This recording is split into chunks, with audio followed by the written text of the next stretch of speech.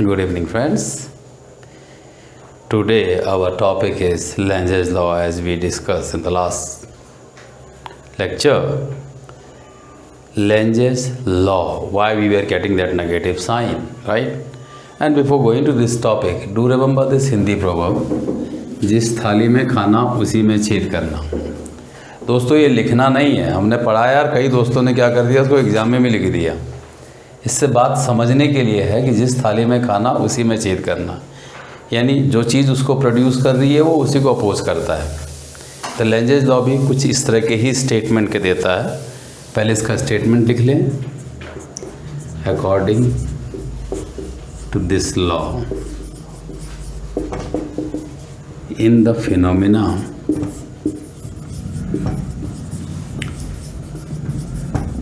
of EMI, I'm not writing the whole one, the electromagnetic, in the phenomena of electromagnetic induction, the direction of induced EMF or induced current is such that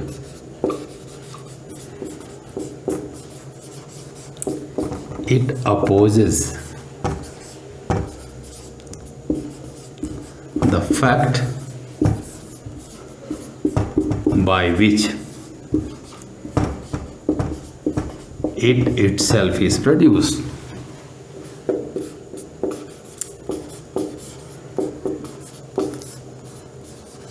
ठीक है,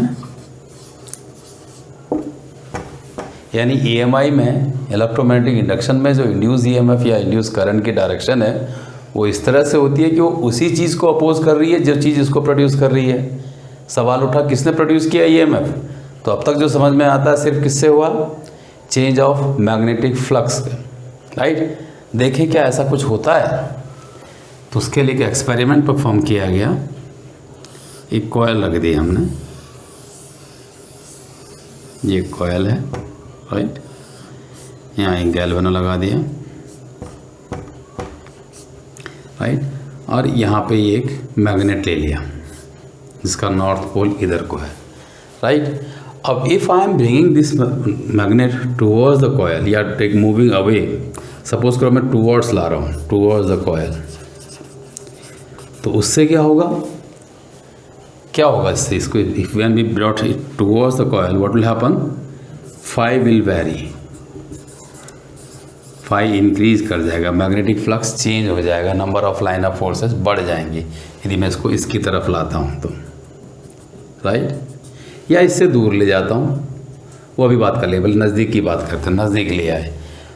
phi very means फिर Faraday second law लग जाएगा, एक ई induce produce हो जाएगा, एक induce EMF, induce EMF produce होगा तो सर्किट बंद है, इसलिए एक इंड्यूस करंट डेवलप हो जाएगी। अब इस करंट की डायरेक्शन चेक किया गया, ठीक, तो ये कुछ इस तरह से आती है कि ये जैसे नॉर्थ पोल हम इसकी तरफ ला रहे थे, राइट, तो इसको इसके नज़दीक लाने में इंड्यूस करंट डेवलप हुआ। जब ये नज़दीक लाया तो कुछ इस तरह से बनता है करंट डायरेक्शन, ये खुद में नॉर्थ बन जाता है। देखो कैसे, इसको लिख लेते हैं anti clockwise, right, direction of current is such that it becomes anti clockwise. ये आया ऐसे ऐसे एंटी क्लॉकवाइज,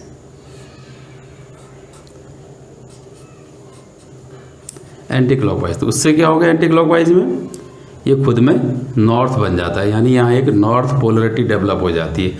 नॉर्थ नॉर्थ को क्या करेगा, रिपेल करेगा, रिपल्सन। अब आप देखो इसको नज़दीक लाने से मैग्नेटिक फ्लक्स चेंज हो रहा था, उस वजह से इंड्यूस EMF डेवलप हो रहा था, फिर इंड्यूस करंट डेवलप हो गई। इसमें जो करंट डेवलप हो रही है वो ऐसे हो रही है कि खुद इसको दूर फेंक रही है, रिपल्सन। तो हुआ ना वही बात, जिस थाली में खाना उसमें छेद करना। ज़रा दूर ले जाके देखते हैं दूसरे वाले में, एक कॉयल है, now what will happen, this is the bar magnet, north pole. अब आपकी बार मैं इसको दूर ले जा रहा हूँ, इससे मूविंग अवे टूवर्ड्स था, ये अवे वाला केस हो गया। तो अब क्या होगा, the direction of current in this coil will be such that it will produce a south polarity. South polarity means clockwise direction देगा। क्लॉकवाइज डायरेक्शन क्या देगा, इस तरह से आ जाएगी करंट, ऐसे, राइट। तो यहाँ क्लॉकवाइज, इस केस में क्लॉकवाइज करंट आ जाएगी। क्लॉकवाइज होने से क्या होगा, यहाँ एक साउथ पोलरिटी, मैंने तब भी बताया था सोलेनॉइड में भी, हमेशा याद रखिए ऐसे, ये आ गया आपका क्लॉकवाइज, राइट। तो क्लॉकवाइज होने से क्या होगा, they will try to attract instead of repulsion, they will be attraction, right. नज़दीक ला रहा हूँ तो रिपेल कर रहा है, दूर ले जा रहा हूँ तो अट्रैक्ट कर रहा है, यानी ना जीने दे रहा है ना मरने दे रहा है।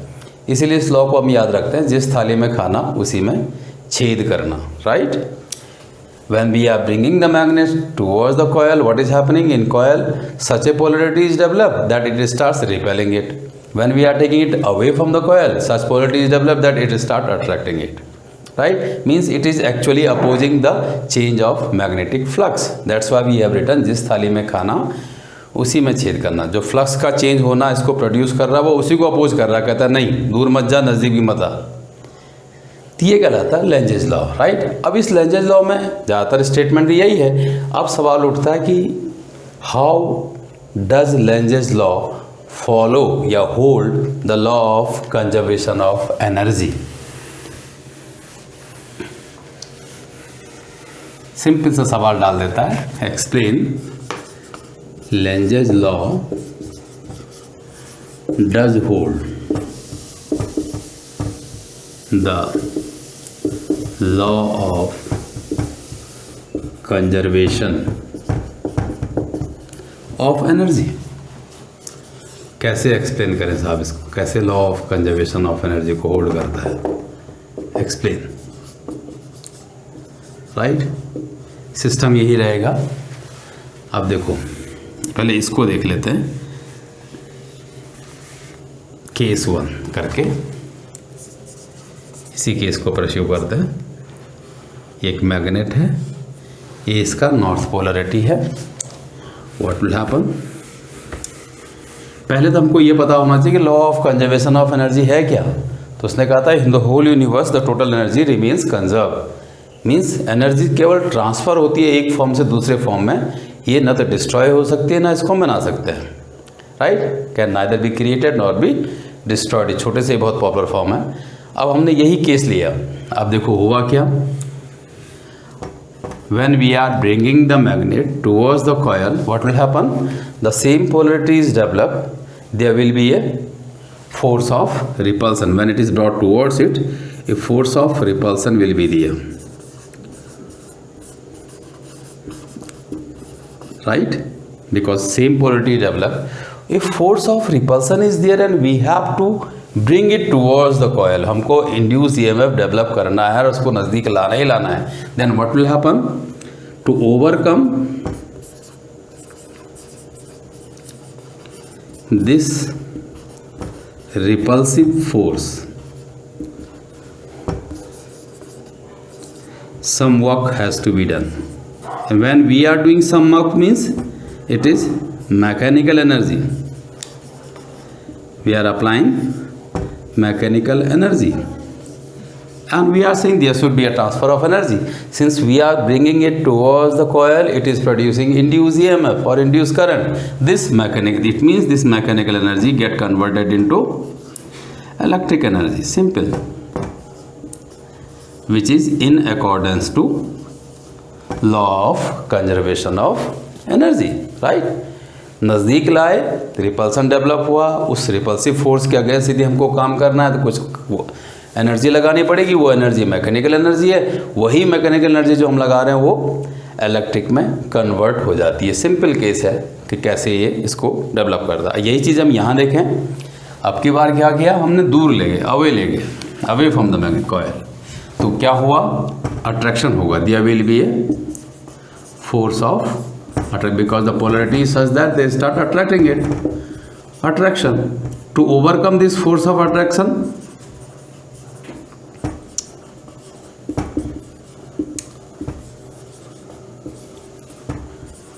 क्या होगा, फिर से कुछ काम करना पड़ेगा. Some work has to be done.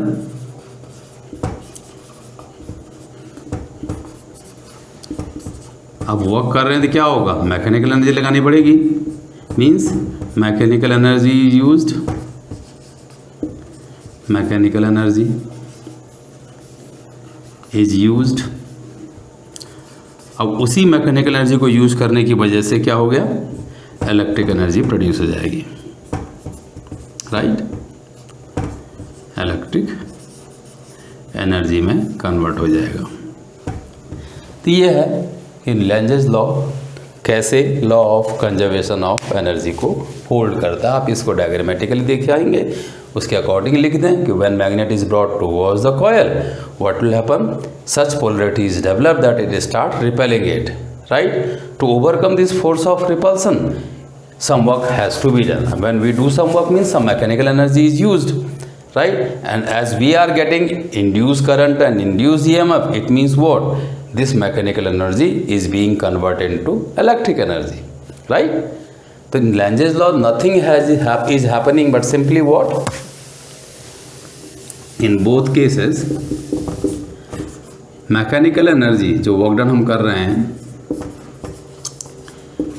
mechanical energy get converted into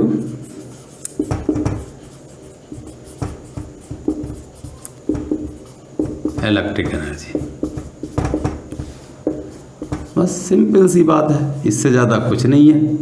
इसी की वजह से वहाँ नेगेटिव साइन आता है, जो कन्वेंशनल करंट है उसके अगेंस्ट जाती है, इसलिए नेगेटिव आता है. राइट, तो ये है लेंजेस लॉ. बहुत सिंपल है, हमेशा आता है, हमेशा मिलता है, इसलिए इससे नहीं जूझना है, इससे नहीं डरना है. डरने की ज़रूरत ही नहीं, बहुत छोटे छोटे टॉपिक है. राइट, ये तो बात हुई लेंजेस लॉ. अब इसके बाद एक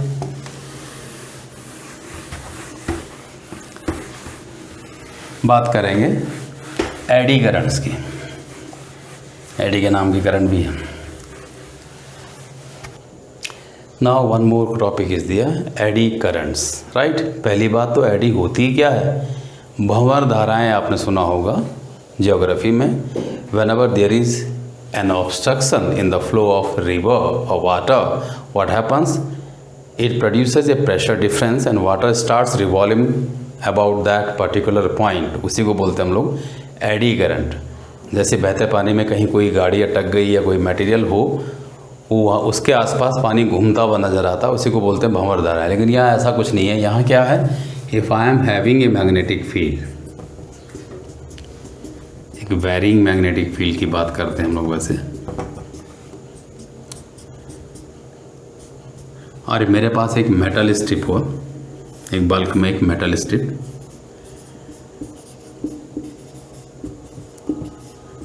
right. When this metal strip is inserted inside this magnetic field, this varying magnetic field, you could say, or simply magnetic field भी चलेगा. Right, this metal is brought here. What will happen? Since the metal will be having a large number of electrons, free electrons on it, so because of that, a small currents starts flowing through it, are developed, you could say. Because of those large number of free electrons in metal, small currents are produced. These currents produced inside this metal strip, they are known as eddy currents.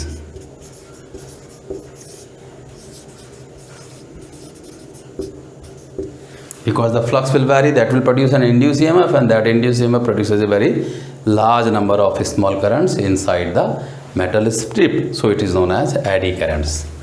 How we define it? When a metal strip is inserted inside a varying magnetic field,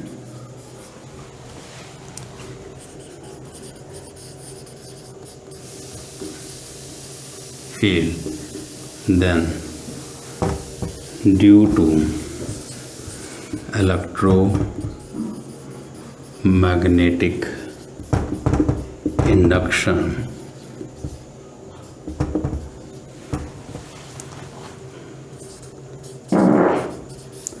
a large number of small currents are produced inside that metal. These small currents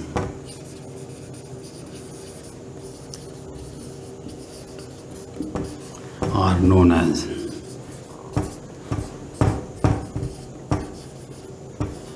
eddy currents, right? क्यों develop हुई?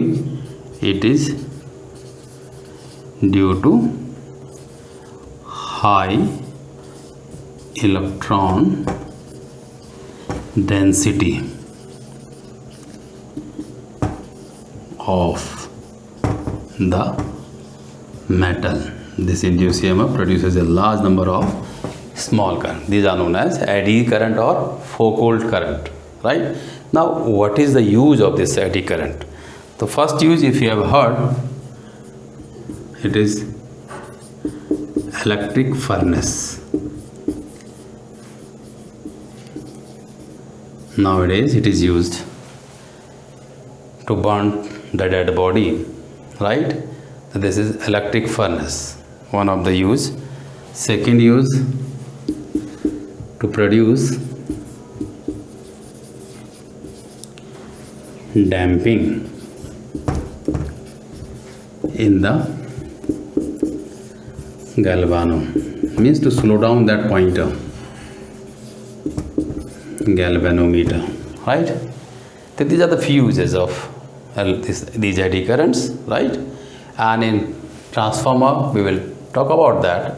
Instead of a bulk metal we use laminated one to reduce the electron density so that small amount of heat is liberated, right? These electric current, these eddy current produces a very high amount of energy. If you use the bulk in a transformer it will burn out. So this is all about eddy currents. ठीक है, अब दोनों रुक जरा, अभी बता कितना हुआ. Now, EMF or potential difference produced across a moving conductor. Let us consider PQ be a moving conductor moving with v velocity in a direction perpendicular to the applied field direction, right? What is happening? Conductor PQ is moving perpendicular to magnetic field with a velocity v. What will happen when we say v conductor? Means a larger number of free electrons will be there, right? Not only the free electrons but positive ions will also be there. This is, suppose this is positive one, this is negative one. What will happen, right? For positive charge particle, first of all, conductor means a large number of positive and negative ions, I could say, in it, right? And we did talk about that the force experienced by a charged particle moving perpendicular to a magnetic field is, do remember this one, Fm is QVB, and this is moving perpendicular to sin 90, so it comes out to be QVB. This is equation 1. So far as direction is concerned, like this is the magnetic field. Charged particle is moving in this direction, so it will experience a force in the upward direction. Remember, for positive I am doing this one. This is the motion and this is the force. So charged particle will move, positive charged particle will move in the upward direction, and similarly negative will move in the downward direction, right? According to Fleming's left hand rule, positive charge particle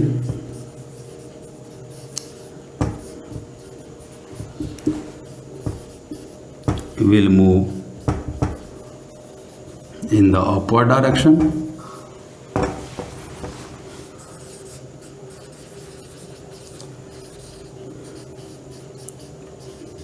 and negative in the downward.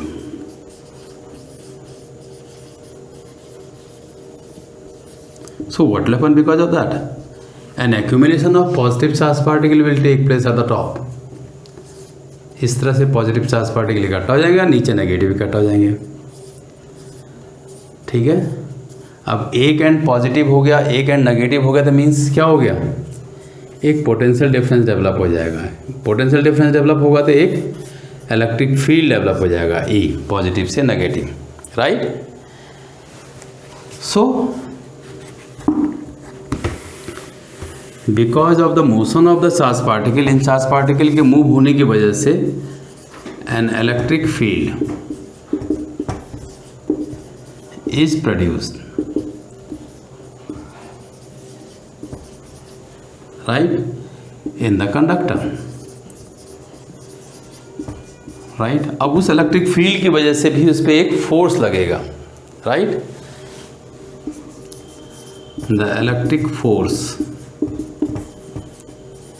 Due to this field क्या होगा साहब, F equal to Q E, right.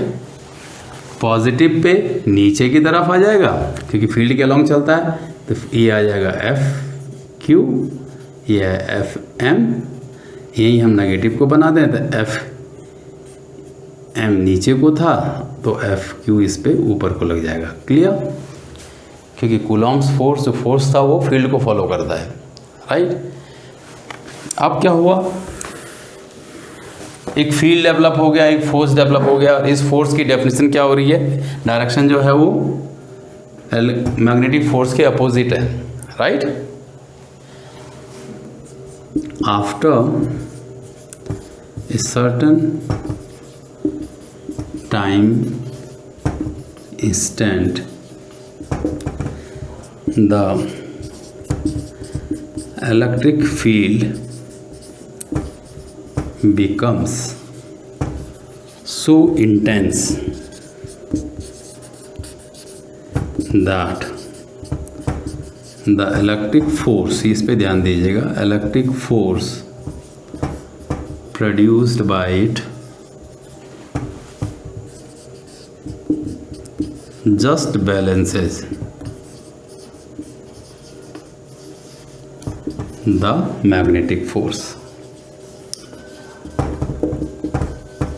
अब तब क्या होगा, then एक बड़ा काम हो जाएगा, फर्दर फ्लो रुक जाएगा, further flow of charge particle will stop, यानी अब नहीं मूव करेगा। कब, जब चार्ज पार्टिकल पे लगने वाला मैग्नेटिक फोर्स जस्ट बराबर हो जाए किसके, इलेक्ट्रिक फोर्स के, तब क्या कंडीशन आएगी, कुछ इस तरह से बन जाएगा। यहाँ पॉजिटिव चार्ज थे, यहाँ नेगेटिव चार्ज था, तो उस कंडीशन में एक पोटेंशियल डिफरेंस डेवलप हो जाएगा V, राइट। तो इन द इक्विलिब्रियम क्या हुआ,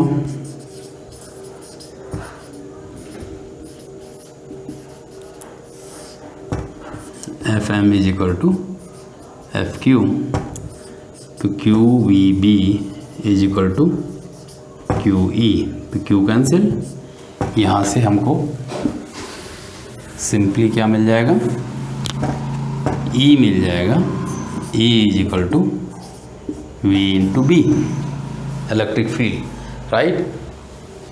थर्ड, अब हमारे पास क्या है, एज यदि लेंथ हम एल ले लेते हैं इसकी, L is the length of the conductor, तो ई इज इक्वल टू क्या होता है, वी बाया एल होता है, राइट। तब क्या हो जाएगा, इस ई की जगह पे वी बाया एल रखो और ये आ जाएगा वी बी, राइट। इसको सॉल्व करेंगे तो यहाँ से सिंपली आ जाएगा v is equal to v B L, इसको बोलते हैं मोशनल EMF। v अपने आप में क्या है, एक पोटेंशियल डिफरेंस है और उस मोशन की वजह से इंड्यूस EMF ही है अपने आप में। यानी किसी कंडक्टर को यदि हम किसी मैग्नेटिक फील्ड के अंदर ले चलें v वेलोसिटी से, तो उस पर अक्रॉस एक पोटेंशियल डिफरेंस डेवलप हो जाता है, v is equal to v B L, right. तो ये बहुत काम की चीज़ है। जैसे यदि रेल की पटरियाँ हैं, ये दौड़ रही हैं और इसके ऊपर रेल है इस तरह से, यदि हम यहाँ एक बल्ब जला दें, बल्ब लगा दें, एक सर्किट पूरा कर दें हम लोग, राइट। तो इस कंडीशन में जब ये रेल मूव कर रही है v वेलोसिटी से, यहाँ मैग्नेटिक फील्ड डेवलप होता है, कौन सा वाला, ये v को कट करती है, v कौन सा, b वाला वर्टिकल कंपोनेंट, राइट। तो इसके बीच बल्ब विल ग्लो, रिमेंबर इस चीज़ को, यानी इंड्यूस करंट डेवलप होगी, इसलिए बल्ब जलेगा, ये पोटेंशियल डिफरेंस डेवलप होगी, वहाँ पे जो v है वो v लगेगा, राइट। इसी तरह से एरोप्लेन का भी होता है, उसके पंखियों के बीच यदि हम लोग एक बल्ब लगा दें, वो भी जलेगा, क्योंकि वो उस समय वो भी वर्टिकल कंपोनेंट को कट करेगा अर्थ के, राइट। इसीलिए आपने देखा होगा H लगाया जाता है हेलीकॉप्टर को लैंड करने के लिए, ताकि उसके अलॉन्ग जले और उसमें इंड्यूस EMF डेवलप ना हो। तो ये है इसका, आज इतना ही करते हैं। All right, thank you, have a nice day and keep on subscribing again and again. I am using Hindi, शायद कुछ थोड़ा बहुत फ़र्क पड़ेगा, लेकिन याद रखिए CBSE में लिखना फिर से वही अंग्रेजी में ही है, इसलिए ज़्यादा दूर ना भागें। Thank you, God bless you.